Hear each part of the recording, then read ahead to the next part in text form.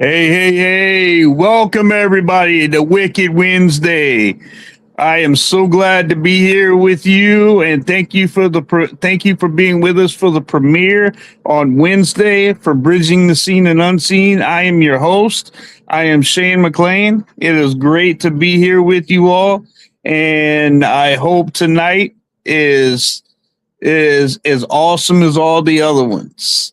And I hope everybody's had a good week. It's been a long while, and I'm glad to be back. I'm really glad to be back. Um, but you guys stay tuned. We got some good stuff coming up. Okay, so tonight, about a month ago, I tried to get this team, to come on, to let's have a good conversation about who they are, what they're about, everything. And it kind of fell through on my part, not on their part, because they were ready. I wasn't ready. But the thing is, I'm ready now, and let's bring them on. Long Island Paranormal. Hey guys, how's it going? What's up, buddy? Good. How about yourself? I'm good. I'm good. I'm good. I'm good. Let me explain. This show is very organic. It's not like I'm gonna sit there and like grill or nothing like that. It's like you and I are sitting on the couch and we're just kind of having a conversation. And I've had a lot of success behind this. I'm one of the OGs on this network. I was here for since almost the beginning. So I mean, that's what I plan on having with you tonight. So Mike, let's just start out. Let's just start out by telling everybody who you are and a little bit about yourself, a little bit about your team, just things you got going on. So I'm Michael Carnuto. I'm the founder of Long Island Paranormal Investigators. I created the group in March of 2003, 23 years ago. Kind of started out as a dare. We were all just friends playing hockey, and we started to talk about all the different urban legends of Long Island. And one of the abandoned psych centers, Kings Park Psych Center, came up, and I dared two of my friends to go inside, and they're like, "Hell's yeah, let's do it." So we got like a crappy video camera, remember 23 years ago, tape Oh and yeah, everything, So yeah. we had little crappy walkies, and they went in there, and they were in there for about an hour and 45 minutes, and towards the end, they were in like a sub-level basement. They heard a loud bang sound. The camera shut off, freaked them out, and they ran out. And that intrigued me and the co-founder, Rob Levine. So we started to look up all the different sites of Long Island, and we found out that they sell some equipment that goes along with some of the paranormal theories. So we bought some stuff, and our goal was to kind of investigate these sites to see if what people were experiencing is really occurring, or is there a logical explanation? So we started to investigate, and we started to come up with evidence that we couldn't explain. We've been doing it ever since. So I mean, do you guys continue to go back to that area? Yeah, so we it's so crazy looking back, 23 years ago. We thought it was a very natural thing to document everything. So like we started field reports since day one, since that night that they went into building 93 at Kings Park Psych Center. We wrote out a field report for it. The video camera logged everything in there, and it was just kind of like a natural thing to do. We've read some like paranormal 101 books, and they had like these blank field report guides, and we kind of tweaked it and created our own. And we started to log all the equipment that we used on an investigation, all the readings that we've had, whether it was something that would be normal or not, we still logged it. So we have tons of data, and some of those sites we still go back to this day. The more data you have from a location, the more you're able to tell about it. You can start to look for patterns and Yeah. why things might be happening or not, so. That's what I was about to say. I'm about to say for the patterns and everything. I mean, have you guys seen like major differences in like EMF, any spikes, anything like that? I mean, does it get higher, lower? Like, what response have you gotten from it using that equipment? So we've actually, there's a couple of locations that we've investigated. We probably been there over like 30 times where we figured out patterns, where if there is high EMF, we try to figure out why. Like, are there any power lines in the area? What Power would lead line. Yeah, you know, yeah. in like the middle of the woods, and then that's why we log it, because if we get a hit today, but we go back, a week from now and it's quiet, why did that first one happen? So that's what we log all that stuff. So we definitely have gotten some interesting stuff off of the different types of equipment that we do use. And some of it we're able to tell some patterns, which is really cool. It takes a lot of time to do that, but once you start getting out there and investigating constantly, you start to see some patterns, and which is really cool. So what have you found out there? Like as far as like spirit wise and things like that, like what all of you guys communicated with out there? I would say, I mean, for the most part, intelligent. That seems to be the bulk of what we're capturing out here. I feel like there have been probably about 2 locations we've investigated. I hate using the term. I don't like to use it, too often, but demonic wise on that type of level. 2 locations seem to be at that more negative type of activity. I would say that's probably the majority. Residual wise, we do travel a lot. So Gettysburg is one of our like second homes. And Yeah. I would say some of the stuff we captured there have been intelligent, and some residual stuff as well. I don't think I've ever heard anybody go to Gettysburg and then come back with something. Yeah, I mean, believe it or not, we treat Gettysburg very differently than probably most out there, because everyone's like, "Hey, I'm going to go investigate Gettysburg," and I look at that and I'm like, "Have you ever been there?" Because it's miles long. So what we did was we actually broke up Gettysburg into monuments. So like Devil's Den would be one, but there might be like, there's a monument called like Second Maryland. That's another site completely separate. So we broke it up by all different sections, where right now I think we have like 115 locations at Gettysburg. So, because if we do capture evidence and somebody's like, where did you capture that? We know exactly where that happened. And it pinpoints out where the hot spots are on the battlefield at what times of years. So we're collecting all that data now. Yeah, it's a lot. So I bet you guys get some good video evidence. We've captured video's tough, believe it or not. I know. It's tough for everybody. Yeah, I mean, I always tell people, even like our guests and homeowners, where I tell them, like, audio evidence we capture 1 in probably every 3 investigations. We're getting some decent EVPs. Photography is like 1 in every like maybe 3 to 5,000 photos. And I always say video, I have a better chance of winning lotto than capturing a ghost on video. Like, that's the reality of it. It's so rare. Not that it can't happen, but it's not what, like, if you go on YouTube right now and you type in ghost video, thousands of them are going to pop up. And yeah, I know. Are they real? Are they faked? So that's the reality of it. But we've captured some really cool photography evidence at Gettysburg in the past, which is pretty wild. So I heard you say residential and stuff like that. That's what I mainly work with. I'm a Knights Templar, and I specialize in spiritual warfare, demonology, and exorcism ministries. Okay. So I started this podcast, this Bridging the Seen and Unseen, to bridge the gap between paranormal and clergy. There was a huge gap. There was a huge gap there, and we wanted to make ourselves available, not only for clients, but for teams also. We are willing to try. We are willing to help teams. We are willing to go. We are ordained. It's a big thing, especially like when you're doing residentials and stuff like that.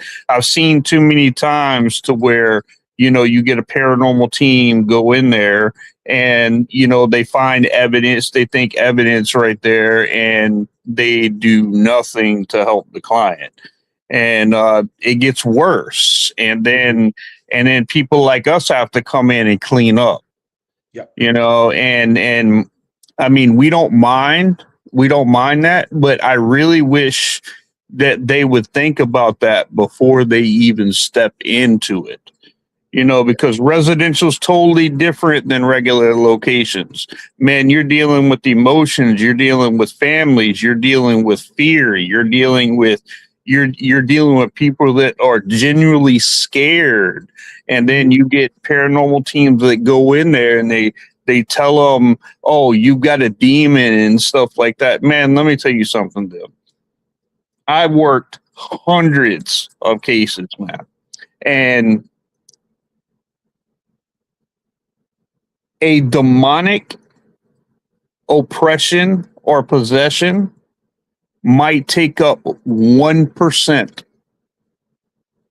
of what we do. It's just not. It's just not there, you know. And like my wife will tell you. My wife will say, you know, if I ever come forward and say this person needs an exorcism, you better believe they need an exorcism. Yep. Because I try to veer people from that. Mm-hmm. I use exorcism as a last resort. I don't shun from it. I will run to it if it's a case that we need to take. But if there's no indefinite proof and there's no psychological evaluations, there's no physical evaluations, there's no releases, you know, there's no questionnaires or anything like that, there's no sense in even messing with it, because we're not a one and done kind of team, you know. Right. We go in and man, just the psychological evaluation themselves could take 6 months. Absolutely. Yeah, I agree 100% with that approach. Like you absolutely have to. You have to weed out all other possibilities before you jump into it. I feel like with this field, that doesn't happen enough, to be honest with you. It's rare, believe it or not, you know. That's what we're here for. It's crazy because it's like, how is that? Like, that's everyone's go-to. And I'm like, what? Yep. You know, Mike, that's exactly what we're here for. That's exactly what we're here for. You know, not only that, but we go in and we have found that there are teams that just kind of jump right into the investigation.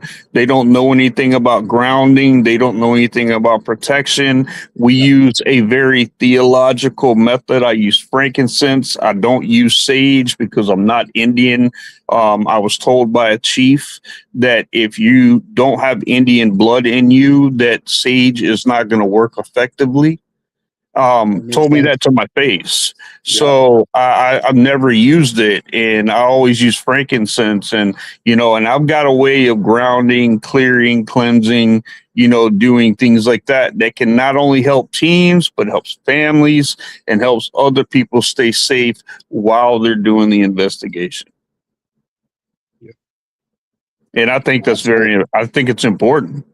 100%. Yeah, no, absolutely. Like, and it's also important, like, if you are a team out there that is investigating, have that network of people, like, you know, like my team, like I would never throw them into a demonic case, like ever. Like they're not even close to. I have a lot of new people that have only been in the field for like 3 or 4 years. And I'm like, just call me. You may think you have a lot of experience, but that's nothing compared to what is coming, you know. So we have a lot of people where if we do a case and it happens to be where we might think it is, we're not going to just jump into it. You know, we're going to definitely get the assistance that we need.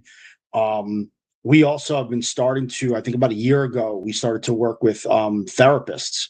Something I got from a convention I sat in on from Ryan Buell gave this whole thing with bringing therapists into the paranormal, where we can come in, you know, we can go and investigate and we could find stuff, whatever it is. We can go in and clear it. That's great. But we did our part, but the trauma is still there from the client. Yep. It may not be there anymore, but from what they had to deal with for however long they were dealing with it, you know, and that's why we have like 2 therapists that we've been talking to, where we're trying to bring them on board, where they could also sit with the client and kind of help them out in that aspect, which is smart. That's smart to have them there. That's smart. You know, just like us, you know, when we go in, if we have if we have anything beyond an oppression case, because there's stages to it. Of There's course. stages, there's encroachment, manifestation, infestation, oppression, possession, and we've even found a rise in the past 5 years that goes beyond possession called obsession. Mm. And what it is they got something during the possession that their mind, their soul, their body wasn't used to, that they want, and they want that back. And then, it's biblical, man, that if a demon leaves you and you get it back, it not only comes back, but it brings 7 times worse than what it was. So, I mean, there's nothing good that can come out of it. So having a therapist there, especially for the obsession part of it, could be vital, because that can be a meaning between life and death, really, for someone that's dealing with that. Oh yeah, no, definitely, absolutely. And like, with house investigations, we've grown a lot since over the years. I think our first one we ever did was back in 2005. You're going in as amateurs, and then you kind of learn, through the years, Yeah. going through different lectures, talking to different teams, developing different skills, and you kind of just put it all together. When we set out for our case management, like we kind of weed out a lot of stuff we have a questionnaire that we have them fill out. It's like 50 questions just to start. Me too. To see if, like, are you serious? Because we're not just entertainment for that. Like, you went, you saw a show, you saw a movie, and it's like, oh, that'd be cool. Let's have a paranormal team come in and just like do their thing and we'll watch. No, that's not what we're here for, So, with Long Island like that, like what, I heard you say that there's a lot of lores that go on around there. What are some things that happen around the Long Island area that have caused this paranormal exploration that you guys are on and things like that? What is it? What like could you tell us about some of the things that go on? Absolutely. Yeah. I mean, there's a lot of history here on Long Island. I mean, starting off with pretty much all of Long Island at one point was all Native American. I mean, I grew up in Ronkonkoma, which is not far from Lake Ronkonkoma, which was named after the. Well, listen to the name. There. Listen to the name. Exactly. I graduated from Sachem High School. So it's like everything is named after it.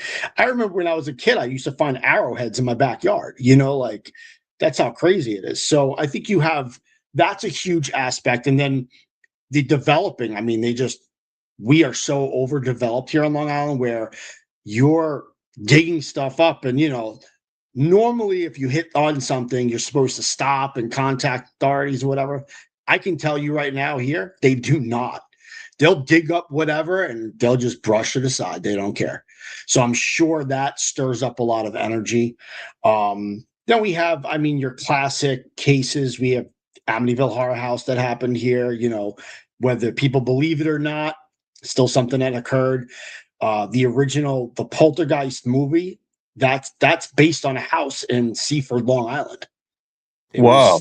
Yeah, not a lot of people know that. So we have that. We have an axe murder out east. So we have everything here. And then you have all the different psych centers. We had at one point there was 4 major psych centers.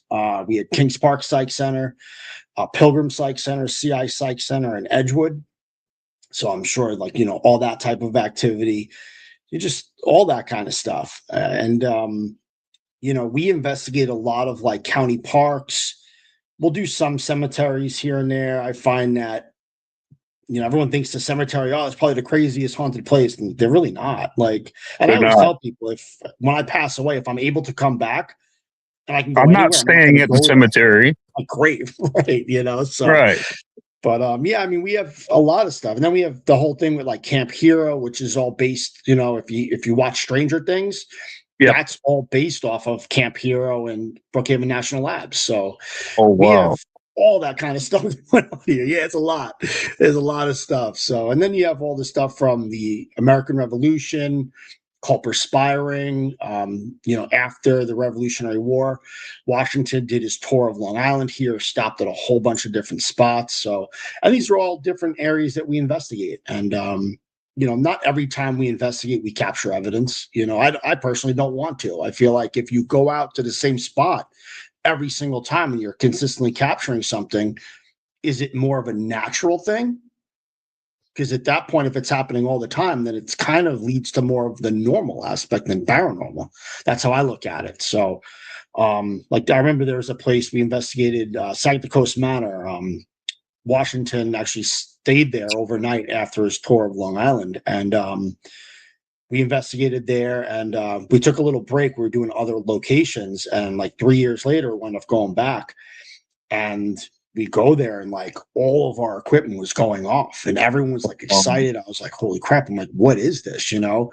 And so we told the team we're going to go back again a week later, and everyone's like, oh, I hope we capture stuff. And I'm like, I hope we don't, because, did they put a radio tower up in the area in the past 3 years that affected everything that we just didn't know about, So we go back a week later, and sure enough, caught nothing. And I'm like, it makes that other night so much more credible that all that stuff was going off. If it was a radio tower, it would have been the same occurrence. It would have been the same thing that you did before. It would have been, yeah, you're exactly right. Do you guys deal with ley lines?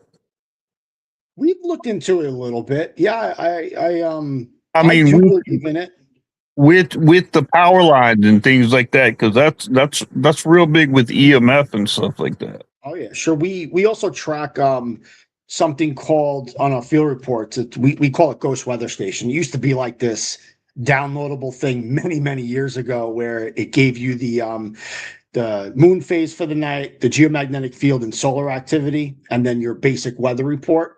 So we've been tracking all this stuff years ago, and we just kept it going. The app itself, burnt out after many years, but now we just go on, I think it's NOAA.com, and we get all the information from there, each investigation. So we track that as well, because if the geomagnetic field seems to be high and all of a sudden you're getting high EMF, is that a correlation?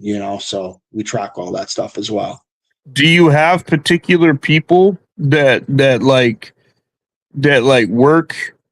Okay, you take the EMF side, tell me if there's any differences, things like that. Do you have different people that are over those areas? So for us, when we do an investigation, depending on how many members we have for the night, because we go out every week. So every week. Every week. Yeah. We are out every week. Every Thursday night, we go out and investigate an urban legend. And a lot of times it's to get data to see, with these places. And also that's our training for our team members. So when we do a house investigation, they know what they're using ahead of time. And it kind of builds up that level of kind of getting used to being in the dark and getting used to using equipment and stuff like that. So, but yeah, we go out every week. And the way we do it is, if we're at a location, we might have, say, 10 of us, we'll break up into 3 or 4 different groups. And each group has like a set of equipment, all kind of the same stuff. So each group will have like a Geiger counter, an EMF meter, a thermometer, some type of camera, and some type of audio recorder. And each team kind of goes off. We branch out at the site. So, we covering the whole area as well. And then we see if there's any differences and stuff like that. Right. Is there any equipment that you don't use? We test everything.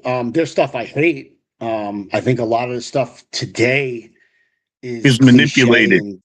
Yeah, it sucks. It's just, I don't know. That's my personal opinion. I think that, if I always see stuff pop like that up on EMP social pump. media.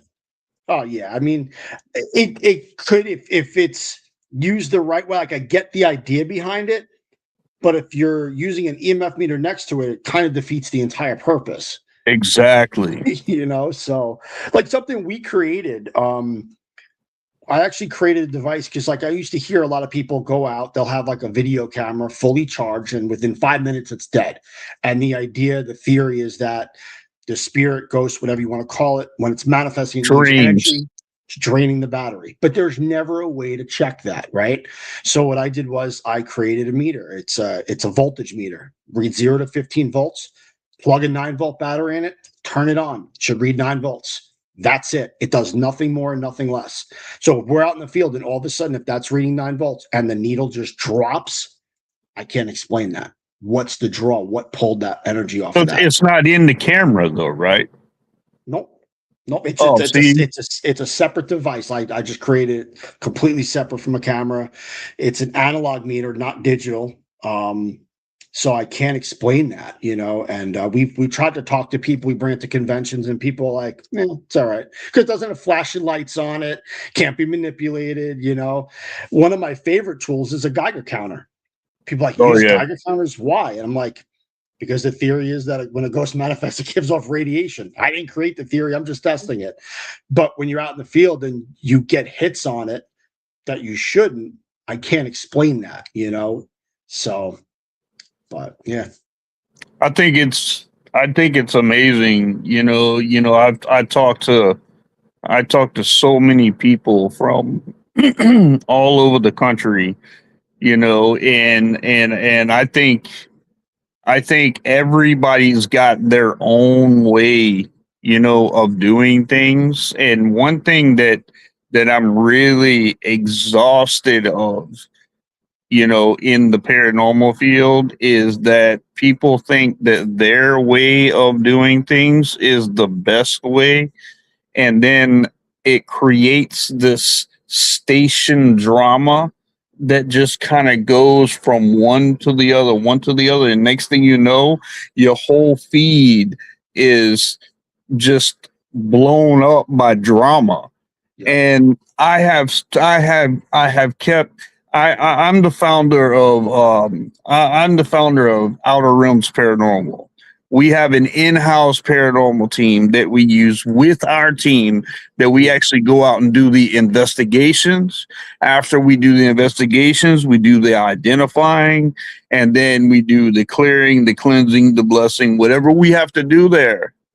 We kind of do it all, and so I leave that page to promote other teams.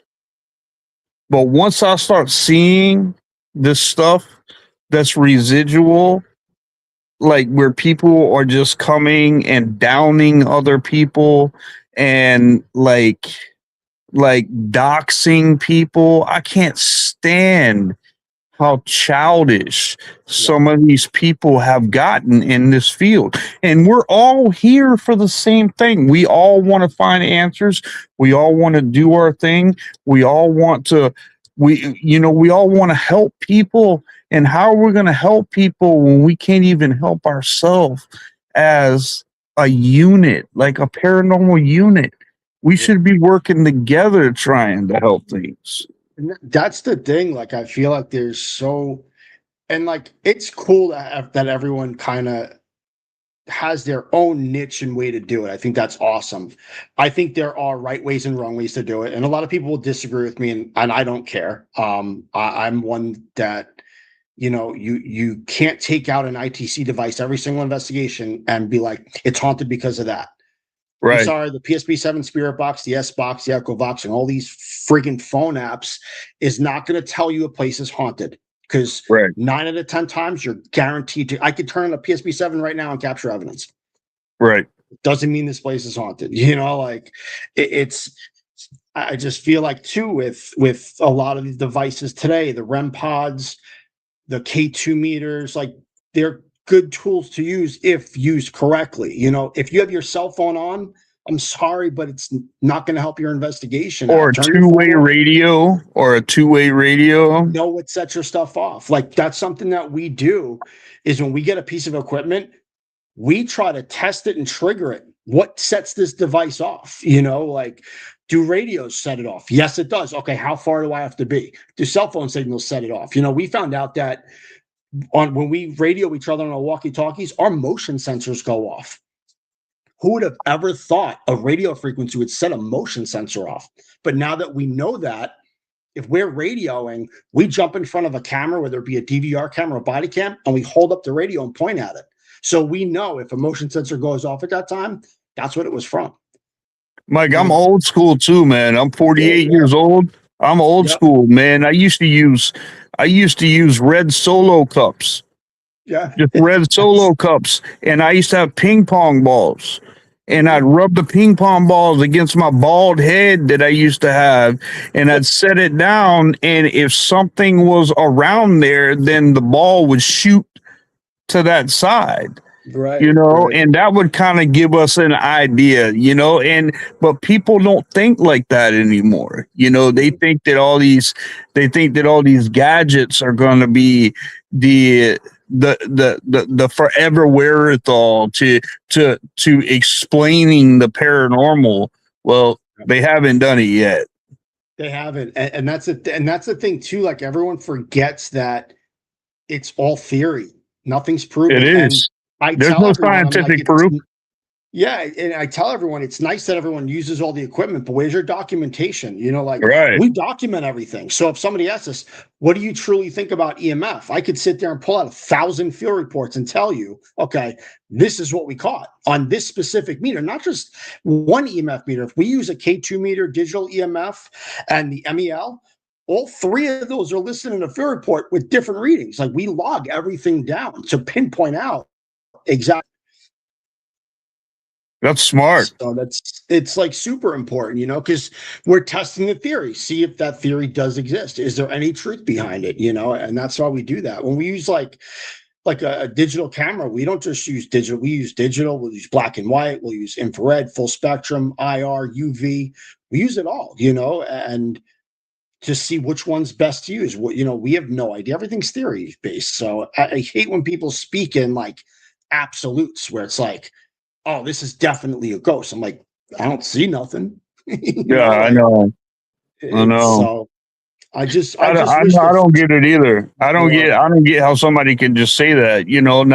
Now I've been in situations, like even in residentials, to where I've had some things that I definitely could not explain. I've had the footsteps, I've had the knocking, I've even had to where I've had cat balls shoot down the hallway. Right.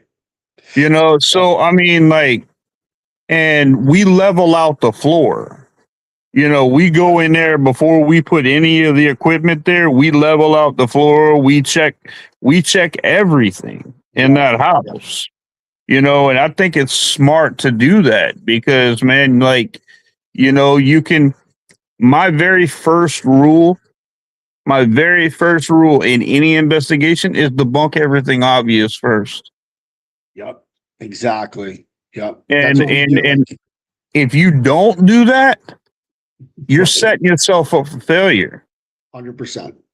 Like, when we do a house investigation, the first part of it is our case management team sits with the client and goes through pretty much the same questions they already filled out to see if there's any variations. And then while they're doing that, we have somebody walking around with a digital EMF meter in each room to get base readings and see if there's anything high, because high EMF has certain effects. We also use a carbon monoxide detector. Now, a lot of people think, like, why would you use that? It has nothing to do with paranormal. You're right, it doesn't. It doesn't detect ghosts.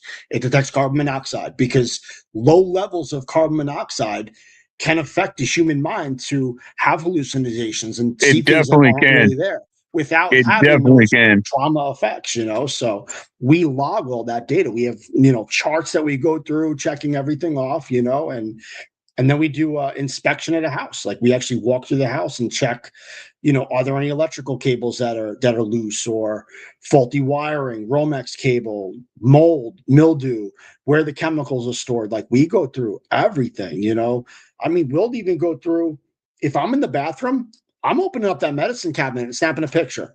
Are you lying to me when asking you, what types of meds are you on? be honest. Like, everything's confidential. I'm not going to sit here and tell the public, you know. Right. But Right. like, I can't help you if you're not honest with me, you know. Like, Right. and that's the key. And I think a lot of people feel like they're automatically like, if some, like, we had a client years ago that was schizophrenia, and I just they had one. tried to, I just had one 2 days ago.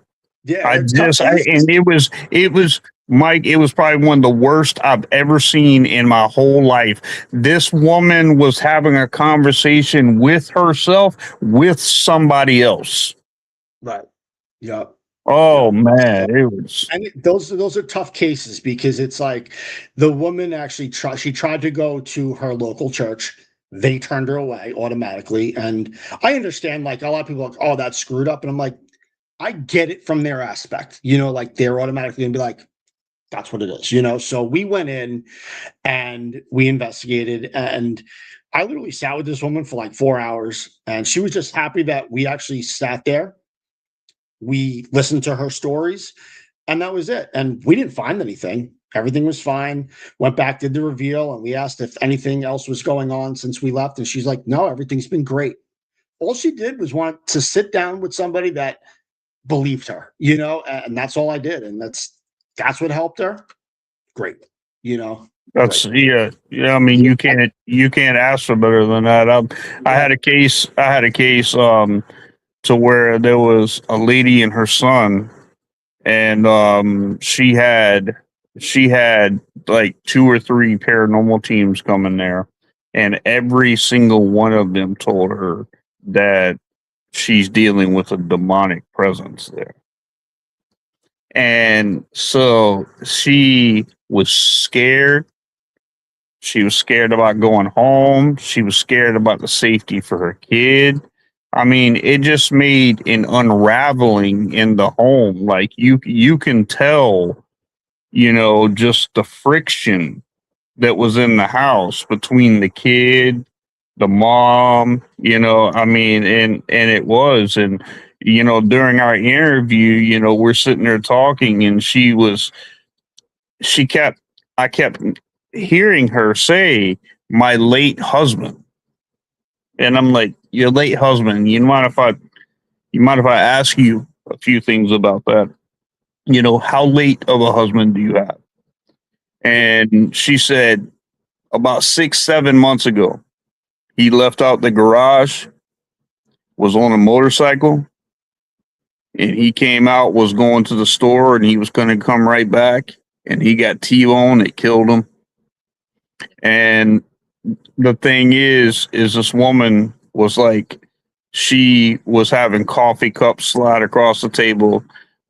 She had cabinets that she would get up and all her cabinets would be open, you know, and things like that. And for these teams to go in there and say, because a coffee cup moved across the table, and then you got cabinet doors open, that's a demonic presence.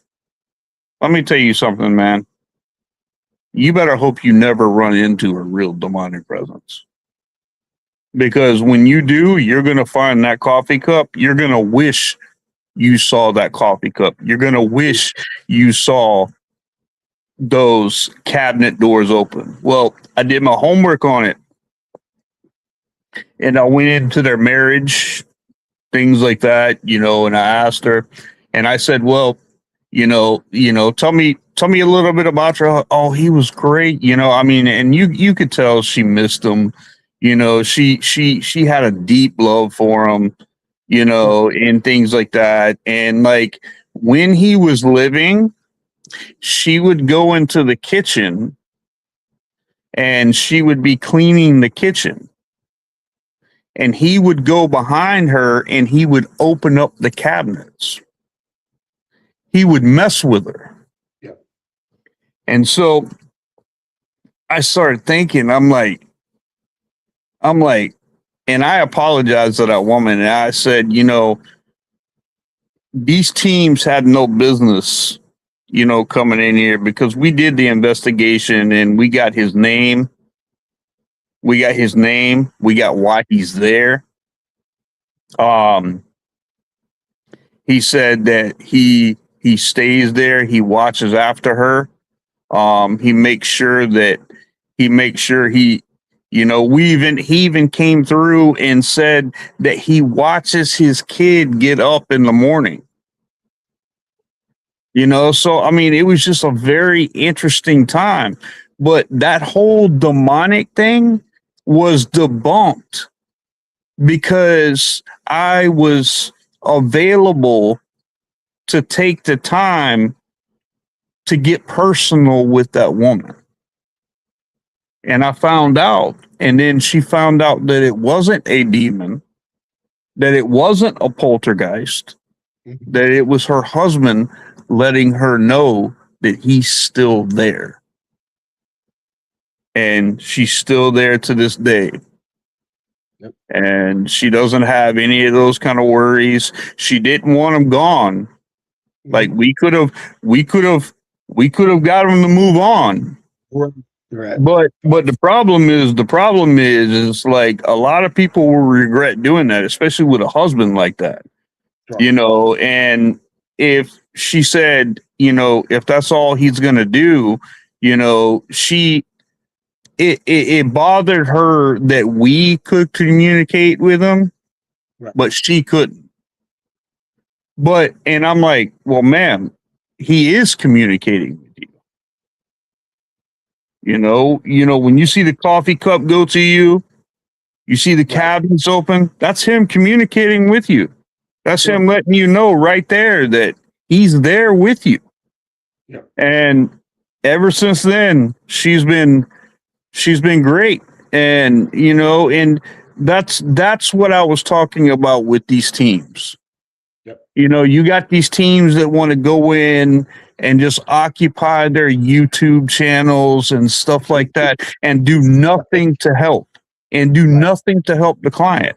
And I refuse to be that kind of person. Yep. I agree. I absolutely agree. Even though we investigate, like I said, every week, and these are just like urban legend, outdoor stuff, we don't put it on social media. Like we had a segment years ago when we were like, you don't really put it active. No. Oh, okay. Because I'm not doing it for the public. I'm doing it for. You're doing it for y'all. For public record, but like I'm doing it to get data. That's my focus point, is to get data. I can care less about Instagram. I don't care about any of that stuff. We had a segment years ago on YouTube where we filmed like 10 episodes, and it was called Real Ghost Hunting with Long Island Paranormal Investigating. We wanted to show people raw, unedited, uncut. This is what an investigation really is. It's boring half the time. Like it's not what you see on TV. Like it's not over edited, and it's not like that. This is really what happens, and we want to show people that. But otherwise, I don't allow phones to be on. Like when we investigate, phones either turned off or on airplane mode. Do not record on a phone. Like we don't allow it. Like I don't want that stuff. I don't care about Instagram. It doesn't. If people want to ask us for our data, I'll give you the field reports. You can see those. You don't want to find your thing on YouTube or nothing like that. Yeah, I get it. I get it. You can tell us about it because it's a dime a dozen to it. It's for what? For people to either rip it apart or repost it, or I don't care. I'm not in the field for that purpose. I'm in it for the research aspect. I'm in it to get the word out to the public that this stuff is real. It really does happen, and there's help. People can actually help, and you can freely talk about it without being shunned and talked down to or whatever it is years ago. I feel like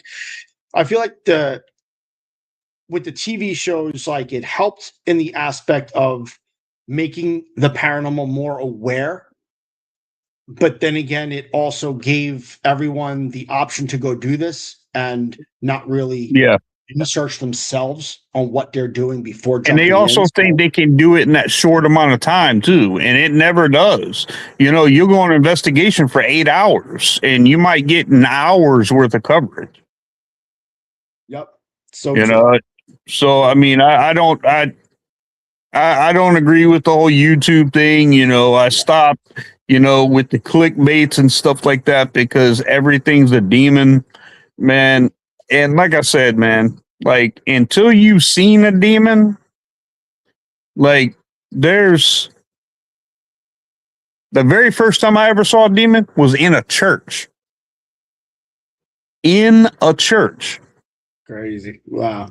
The guy was behind me and he didn't say nothing. We didn't know his name. Nobody knew his name. Nothing. He's standing behind us. We stood up. They were about to start the worship. As soon as the worship came on, like the holy music came on, and all of a sudden, this guy gets thrown 10, 12 feet against the wall. The chair broke that he was in. His body started contorting. I heard his bones popping. I heard his ribs popping. I saw his eyes change completely black. He was hissing. He was speaking different languages, and I understand some Aramaic, you know, and some really old, because I've studied theology for 30 plus years. So I mean I understand some of this stuff, and he was speaking some things that there's no way that an average person would have done it. And not only that, but it was coming through at the same time. That's interesting. Yeah. It was coming through, and to try to hold this person down, it was almost impossible. I'm sure. So I mean, you can't put, you can't say, oh, a coffee cup or cabinets opening is any comparison to that. Because it's not that. You know, and I wish people would stop, you know, and that's one of my big things, man. I try to veer people away from the D word. I try to veer people unless they meet the qualifications that will enable somebody like me or my crew to really come in and do, you know, a psychological exam. Like I have 100 question questionnaire or 150 questionnaire that I do. I have a release that's signed by the person that we are able to see all their medical things and things like that, because we're you know, we don't want to be held liable if they have a mental health issue. So then we have then we bring in then once we do, we contact the right people, and you know, we get a psychological exam ongoing. We make sure that the person is mentally stable enough in that aspect to be able to go through it. Then we bring in the doctor to make sure that the heart rate, you know, everything's working fine. You know, we do our homework before we do it. And I think that's very important in dealing with this stuff. 100%. Yeah, no, I couldn't agree more. Especially on like cases like that. It's a whole nother level. You know, I don't think people realize it. Like, you know, and I don't know. I think people dabble too much in that dark stuff too, and I think that's why there's also a rise in that type of activity where it's, you know, I mean, even I've gone to Salem recently, and I'm just like, I won't even walk into some of those stores. I'm just like, that's just, what are you doing? You know, like, I don't know.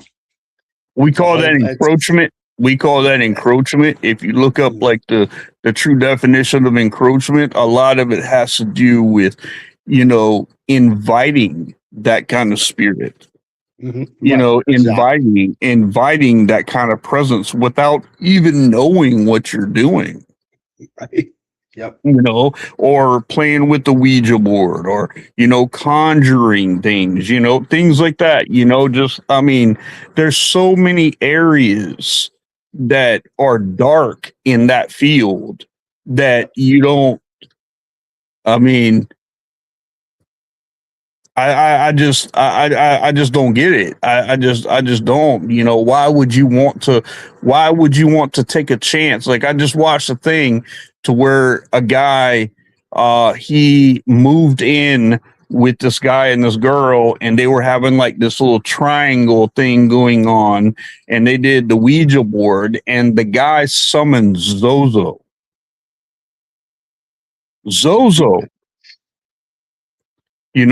and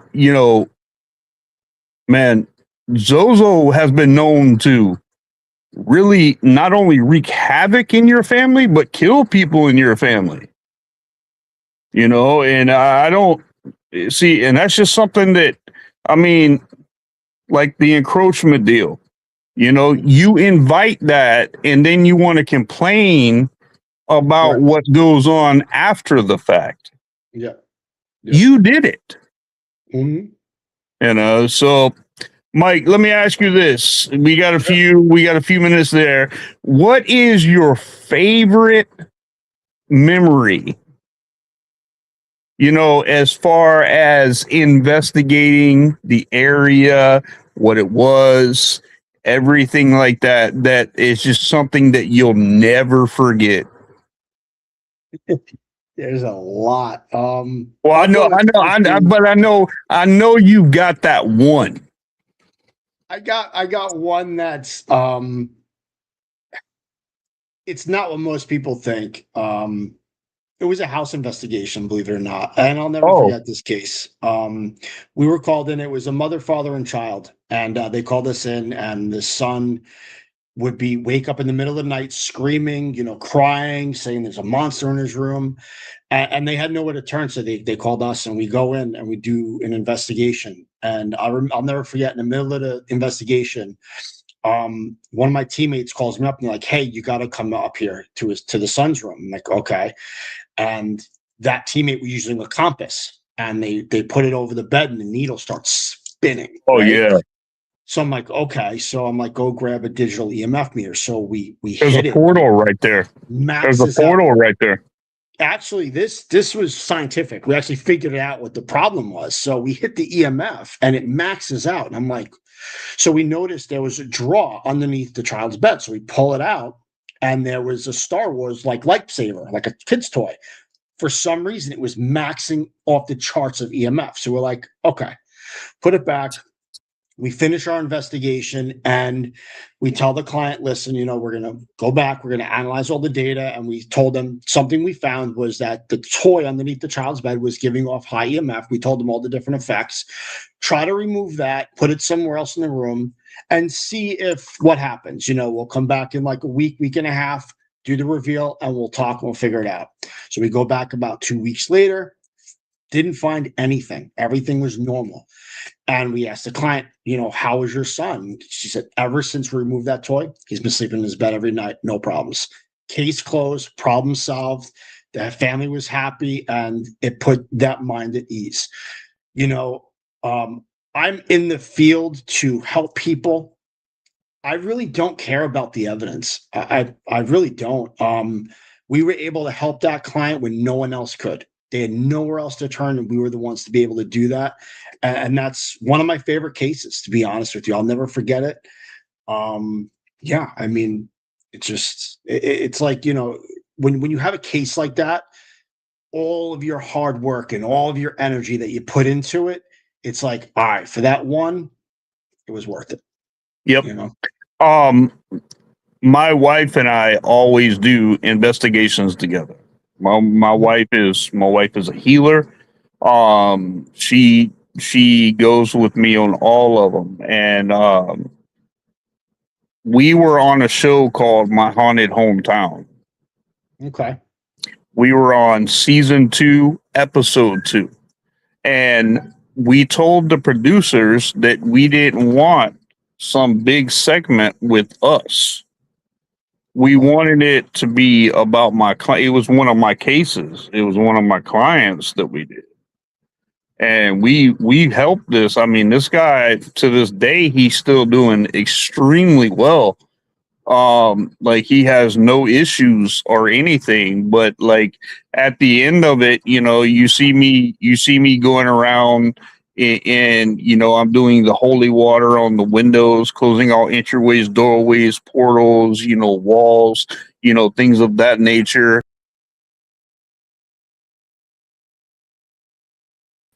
We lost Shane there for a sec. I wonder what happened. Can you hear me, Mike? Yeah, I can hear you. Yep.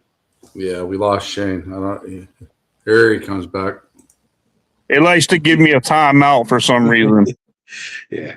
I don't know, but that's what we like to do that. So I mean, if you get a chance, watch my haunted hometown season 2, episode 2, and you'll see my wife and I at the very end of it. It's a Bluffton, South Carolina case, but it was such a good one because not only were we able to identify who it was, but the person or the guy that died on the railroad track in the 70s, he was a 28-year-old man, and he was there with 7 other people, and a gas leak came and blew up. So he died instantly, lost his wife, kids, everything like that. So this guy was living vicariously